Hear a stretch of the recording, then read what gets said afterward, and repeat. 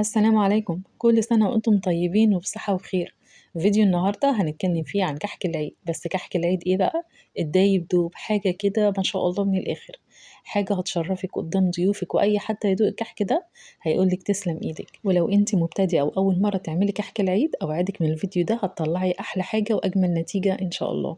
بس تابعي الفيديو معايا للآخر وما تفوتيش معلومة ممكن تكون مهمة بالنسبة لك، لأن أنا في الفيديو ده هقول لكم عن أي مشكلة ممكن تقابلكم بالنسبة لكحك يلا العيد. بينا نبدأ الفيديو، واتمنى ما تنسونيش في لايك وكومنت تشجيع منكم. يلا نبدأ ونصلي على الحبيب المصطفى سيد الخلق محمد عليه أفضل الصلاة والسلام. ويلا تعالوا بينا نبدأ. أول حاجة هبدأ بيها الحشوة، حشوة الملبن. احنا طبعا مش بنضيف الملبن كده على طول، لا هقول لكم على طريقة حلوة جدا هتخلي الحشوة من جوه تبقى طرية وحلوة قوي. بص، هضيف هنا معايا معلقة كبيرة من الزبدة، وبعد كده مجموعة مكسرات، ودي حسب الرغبة اللي انت تحبيه. تمام. هبتدي بقى اعجن كله مع بعض بالشكل ده. انا ليه ضفت هنا معلقه الزبده دي؟ بتدي اولا ريحه، وبعدين بتدي قوام حلو قوي كده، بتخلي كده الكحكايه وانت بتاكليها بيبقى طعمها خطير جدا، بتبقى من جوه دايبه دوب، مش بتكون متكتله كده. فبتحسسك كده انك انت بتاكلي مثلا كحكه اللي هو بالعجميه، فده يعتبر بديل للعجميه، وبصراحه بيبقى حلو جدا جدا. هجيب بقى معايا بعد ما خلصت عجن الملبن بتاعي، هجيب طبق وادهنه نقطه بسيطه جدا من الزيت. تمام. وايديا تكون فيها نقطة بسيطة جدا من الزيت، ما اكررش تاني، يعني هي نقطة واحدة بس وما اعملش تاني. تمام. هبدأ بقى ان انا اكورها، بصوا كورة صغننة بالشكل ده. هتعمليه على حسب حجم الكحكاية بتاعتك. يعني أنا مثلا عملت الكرة الصغيرة دي، حجمها تقريبا 5 جرام أو 6 جرام. حسب بقى ما انتي ما عايزة انك انتي تكبري حجم القطعة بتاعتك بتاعت الكحك. تمام، ده هنوضحه مع بعض دلوقتي بالتدريج ان شاء الله. بصوا كده، انا خلصت كورتهم كور صغننه بالشكل اللي انتوا شايفينه ده، وخلصت كله. تمام. هخليه بقى كده جانبا، وابتدي بقى ان انا احضر معايا الخميره بتاعتي. اول حاجه، بص هجيب معايا كده ربع كوبايه تكون الميه دافيه. تمام. وهجيب معايا نص معلقه كبيره من الخميره الفوريه، وبعد كده هضيف معايا معلقتين كبار ممتلئه هرميه من السكر، وهقلبهم مع بعض بالشكل ده بس، وهسيبها كده جانبا. ويا ريت ما تكتريش اكتر من كده خميره، الكميه دي مناسبه جدا عشان كمان النقشه بتاعتي تثبت في القطعه، وتطلع القطعه بتاعتي هشه وحلوه. بصوا كده، ضفت معايا كيلو من الدقيق، وبعد كده هضيف معايا معلقة صغيرة من ريحة الكحك، ويا ريت ما تضيفيش اكتر من كده عشان ما تمررش معاكي. وبعد كده هجيب هنا معايا معلقتين من السمسم، احمصه كده في طاسة على البوتاجاز، وبعد كده هضيف معايا رشة كده من الملح، يعني نص معلقة صغيرة من الملح. تمام. انا ليه هنا انا شوحت الاول السمسم بتاعي وحمصته، ما جبتوش ليه متحمص. بصراحة بقى انتي لما بتحمصيه كده السمسم بيدي ريحة كده وطعم جميل جدا للكحك بتاعك، اثناء ما انتي ما بتسويه، واثناء كمان اثناء الاكل ذات نفسه والتقديم. بصراحة بيبقى حلو جدا، انا بشجعه بكتير احسن من انك انتي تجيبي اللي هو المتحمص الجاهز وتضيفيه، ده بيبقى افضل ليكي. اما بقى عن السمنة بتاعتي، فانا جبت معايا هنا 600 جرام من السمنة. احنا قلنا عايزين الكحك بتاعنا يبقى دايب دوب. طب دلوقتي ممكن يجيني سؤال، طب انا عايزه الكحك بتاعي ما يكونش دايب قوي، عايزاه مثلا يبقى فيه قرمشه كده خفيفه، طب انا اعمل ايه؟ هقول لك هتضيفي 500 جرام بس، 500 جرام يعني نص كيلو من السمنه، هتخلي القوام معاكي ممتاز جدا. بصوا بقى كده، انا جبت هنا السمنه بتاعتي سيحتها على النار، وهختبرها بقى ازاي. هجيب كده حاجه بسيطه جدا من الدقيق ما بين صوابع ما انزلها عليها، عمل فوران، يبقى كده خلاص السمنه بتاعتي غليت. ده التست اللي انا اعرف بيه ان كان السمنه بتاعتي غليت ولا لا. انزل بقى كده بالطشة،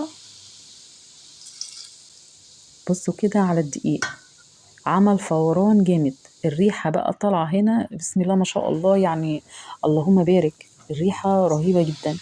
بصوا كده بالراحة كده، ونبتدي ان احنا نقلب. وهنا انا عايزه اقول لكم معلومه مهمه جدا، العجينه اللي انا هعمل فيها يكون حجمها يكون مناسب بالشكل ده، ما يكونش الدقيق عالي لفوق واجي انزل فيه السمنه الاقيها عملت فوران او اتكبت معايا لا قدر الله. فلازم يكون الحجم العجينه بتاعتي تكون مفروده شويه. وكمان ما استخدمش حاجه من البلاستيك، البلاستيك هيكون خطر جدا، علشان انا هنا السمنه بتبقى درجه حرارتها عاليه قوي، وبتاخد وقت لحد لما تبرد معايا. تمام. بصوا كده، ابتديت ان انا اقلبها كويس قوي، وابردها بالاسباتولا بتاعتي او معلقه خشب زي ما تحبي. هقلبها كويس قوي، اهم حاجه ان انا احس ان دي اتشرب معايا من السمنه. هبدا بقى ان انا ابسها كده بصوابع ايديا، انا مش بعجن، انا بس ببسها. يعني إيه بابسّها؟ يعني باحاول إن أنا أدخّل السمنة بتاعتي أو أتأكد إن هي اتشرّبت بالدقيق، أتأكد كويس جدًا، تمام، قبل ما أضيف السوائل بتاعتي. طبعًا هي في المرحلة دي بتبتدي إن هي تبرد معايا شوية، مش هاضيف أي إضافات تانية إلا غير لمّا تبتدي إن هي تهدى، يعني تدفى حاجة بسيطة، مش إن هي تبرد أوي يعني، تمام. وهنا في المرحلة دي هي هديت معايا شوية بس هي دافية طبعًا، هاجيب معايا الخميرة، بُصّوا دي ربع كوباية اللي كانت فيها الخميرة، ارتفعت طبعًا معايا بالشكل ده، هابتدي إن أنا أخلطها بيها. خدوا بالكم إنه في المرحلة دي كافية أوي إن أنا أعرف الخميرة بتاعتي إن كانت نشطة أو غير نشطة، وفي الوقت ده قبل ما أضيف السمنة بتاعتي أتأكد الأول إن كانت الكوباية بتاعتي ارتفعت والّا لأ الخميرة بتاعتي، لو ما ارتفعتش أبتدي إن أنا أستبدلها بحاجة تانية. بُصّوا كده هاضيف معايا هنا كوباية من الحليب بس تكون دافية، بس خدوا بالكم أنا باضيف بالتدريج لإن مش كل دقيق زي التاني، أنا ضِفت كده حاجة بسيطة أوي من الحليب، وبعد كده هانزّل تاني بالتدريج. ممكن طبعًا أستبدل الحليب بتاعي بإيه، أستبدله بالمَيّة ما فيش أي مشكلة، تمام، نشوف كده ونختبر ونشوف العجينة بتاعتي لأ محتاجة تاني سوايل تاني، أضيف تاني برضه الحليب، أنا هنا ضِفت كوباية الحليب كلّها، خدت الكوباية كلّها. بُصّوا أنا مش باعجن، اوعي تعجني في الكحك خالص، أنتِ بس مجرّد إن أنتِ بتخلطي بس المكونات مع بعضها، تقليب، عارفة عملية التقليب دي؟ بس مش أكتر. أنا هنا باشوفها تاني كل مرحلة والتانية باشوفها باتأكد، بالاقيها إن هي بتبقى طرية أوي بزيادة، أبتدي إن أنا أضيف الحليب بتاعي، تمام؟ طب نشوفها كده آخر اختبار ليها عشان نتأكد كمان ونشوف العجينة بتاعتي كويسة والّا لأ، أنا باوريكم بجميع مراحلها، بُصّوا كده دوست عليها لقيتها ما شققتش من على الجوانب، طيب تمام، هاخد كده المنقاش بتاعي بيختبرها كمان أكتر، هادوس كده عليها هالاقي كده إن المنقاش بيبتدي إن هو يعُض معايا، يعني إيه يعُض معايا؟ يعني بيبتدي إن هو يمسك في العجينة شوية أو يقطّعها، تمام، يبقى كده عرفت إن هي خلاص هي محتاجة بقية كمية الحليب بتاعي أو الكوباية بتاعة الحليب. طيب هنشوفها بقى كده ونختبرها خلاص إحنا خلّصنا، نشوفها كمان بالمنقاش لقيتها كويسة، بالبسطامة لقيتها كويسة، ما طلعتش فيها ما شاء الله، كده العجينة بتاعتي مضبوطة جدًا. يالّا بقى نبدأ ونشكِّل، إحنا هنعمل إيه أولًا، إحنا دلوقتي في فصل الشتا، تمام، أنا لازم أهم حاجة إن أنا أخلّي العجينة بتاعتي تتشمّع، يعني إيه تتشمّع؟ تاخد طبقة كده وتهدى شوية وتستريّح مع نفسها. أنا هاخد كده مقدار الكورة اللي أنا عايزة أعملها، يعني تقريبًا لمّا آجي أوزنها تبقى الكورة بتاعتي من 20 ل25 عايزة تكبّري أكتر من كده براحتك، بس حاسة إن هي الحجم ده كويس أوي بالنسبة للكمية بتاعتي. أنا هنا ما استخدمتش ميزان، أنا متعودة على الحجم ده، فأنا عارفة خلاص التقطيعة بتاعتي عاملة إزاي، أنتِ تقدري تحفظيها كده وتستخدميها زي ما أنتِ ما تحبي والحجم اللي أنتِ تحبيه.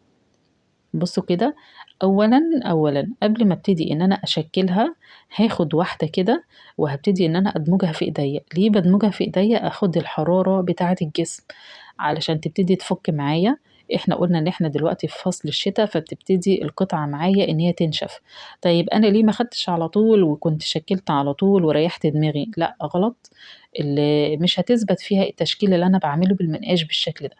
من تكنيك الكحك بتاعي إن أنا لازم إن أنا أشمّعه، أقطّع قطع على قد الحجم اللي أنا هاعمله، وبعد كده آخُد من أول واحدة أنا قطّعتها وأبتدي إن أنا أدمجها بإيديّا كده، علشان تبتدي إن هي تفُك معايا شوية، ودي على فكرة من أهم الخطوات، تمام، هاعمل لها بقى فجوة وهابتدي إن أنا أضيف فيها قطعة الملبن الكورة اللي إحنا عملناها، وأقفّلها عليها كويس جدًا، وأراعي كويس أوي إن هي تكون كلّها اتغلّفت بالعجينة بتاعة الكحك، علشان طبعًا قطعة الملبن ما تطلعش برّه وتسيح معايا في الصينية ولا أي حاجة، تمام، أشكّلها بقى بُصّوا ما شاء الله اللهم بارك هي ماشية معايا في المنقاش كويس جدًا، يعني ما فيهاش أي حاجة.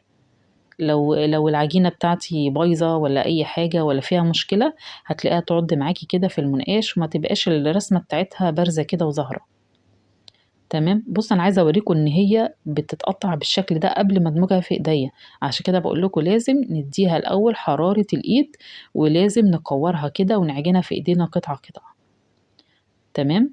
بصوا كده انا ابتديت ان انا اشكل بقى واحط القطعة الملبن فيها بالشكل اللي انتوا شايفينه ده. طيب هنتكلم دلوقتي ونقول بالنسبة للحشوات، هو الملبن بس؟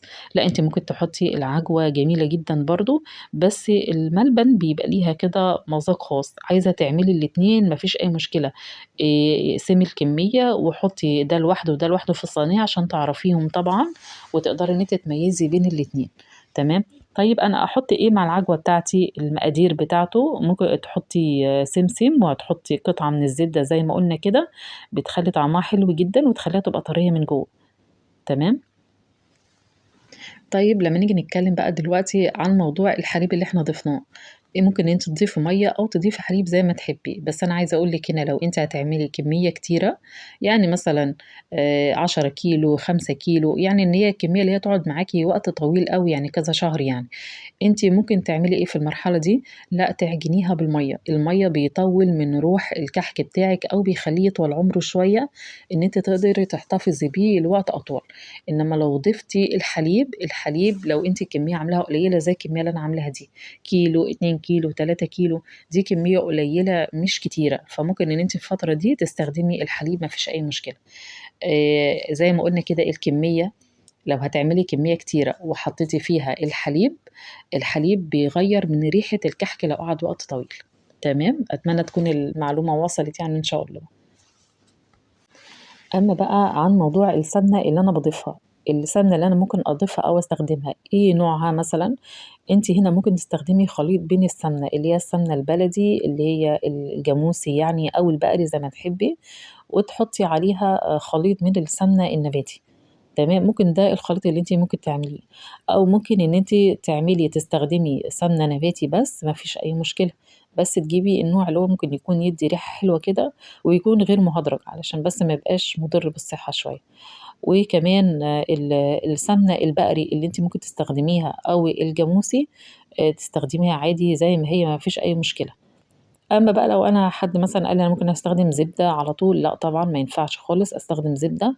الزبده بيبقى فيها المرطه بتاعتها او اللبن، فهيفصل معايا في الكحك وهيخليه ينشف معايا. تمام. بصوا كده انا خلصت خلاص الكميه اللي انا عملتها بالمنقاش، وطلعت ما شاء الله حلوه جدا زي ما انتم ما شايفين. الصينيه دي حجمها كبير قوي، علشان كده انا استخدمت صينيتين بس، انما هي ما شاء الله كميه الكيلو ما شاء الله عمل معايا كميه كبيره، هنشوفها مع بعض. بصوا كده هبتدي بقى انا استخدم البصمه بتاعتي اللي هي العاديه. وعايزه اقول لكم هنا طبعا انا بنقش على طول في وقتها وهي في ايديا، ما ينفعش ان انا ارصها في الصينيه وادوس عليها بالبصامه ابدا، ما ينفعش، هتتشمع معايا بسرعه عشان الجو برد دلوقتي. فاهم حاجه؟ ان انا بالبصامه احطها في ايديا كده واعملها بالبصامه على طول واحطها في الصينيه.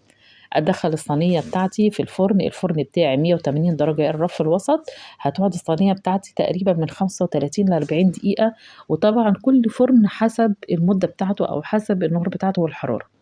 وخدوا بالكم الصينيه بتاعتي وانا برص فيها الكحك نسيت اقول لكم مش بدهنها سمنه خالص ولا زيت خالص، هي اللي بحط الكحك بس كده. وطبعا الكحك كافي قوي لان هو فيه سمنه كتير. وطلعت الكحك بتاعنا بالشكل ده ما شاء الله، طبعا ما امسكوش واسيبه لحد لما يبرد معايا، ولازم ياخد اللون الذهبي اللي هو من فوق ده. ما خدش اللون الذهبي في الفرن بتاعتك، يبقى شغل عليه الشوايه حاجه بسيطه قوي، بس اتابع وافتح الباب بتاعي عشان اشوف الفرن بتاعتي واشوف كمان كل قطعه خدت اللون ولا لا. بصوا كده ده الشكل بتاعها ما شاء الله. بصوا الرسم بتاعت المنقاش بتاعتي ثابته، ده علشان انا ما زودتش خميره. ويا ريت ما تضيفيش كمان بيكنج باودر، ملوش اي لازمه، يعني لو حد سالني بيكنج باودر لا ملوش اي لازمه خالص. وكميه الخميره اللي انا ضفتها نص معلقه كبيره مناسبه جدا، ما شاء الله هيخلي النقشه بتاعت الكحك بتاعتك ثابته بالشكل اللي انت شايفاه ده. بصي كده ما شاء الله كل قطعة دايبة دوب. بصوا الملبن كمان من جوه عامل ازاي، السمنة اللي احنا حطيناها معاه او قطعة الزبدة بتخليها دايبة قوي من جوه. ما شاء الله الكحك بتاعنا حاجة كده في منتهى الجمال، مفرول كده وتحس ان هو دايب دوب. ما شاء الله كمية الكحك حلوة قوي قوي، والكحكاية طلعت ما شاء الله، الريحة بتاعته كانت قلب الدنيا. وطالما الكحك بيتعمل صح والتكنيك بتاعه صح، تضمني في الاخر ان انت تاخدي نتيجة ممتازة بالشكل ده. تحفظيه بقى في علبة بلاستيك كده تكون محكمة الغلق، وبلاش تحطيه طبعا منديل او اي حاجة من الورق لانها هتتشرب الكحك بتاعك وممكن ينشف. ألف هنا عليكم وكل سنة وأنتم طيبين.